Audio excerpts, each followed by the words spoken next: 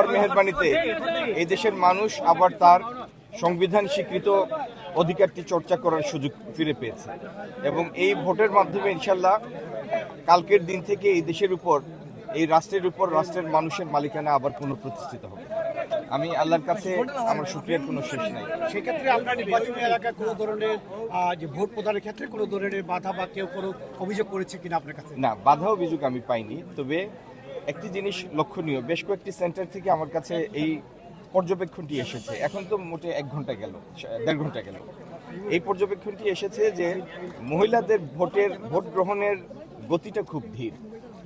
এখন এটা তো বুঝতে হবে আপনাদের যে মোট ভোটের সময় হচ্ছে 9 ঘন্টা, আর তার মধ্যে আমাদের যারা গৃহবধূ আছেন তারা তাদের বিভিন্ন ঘরের কমিটমেন্ট আছে।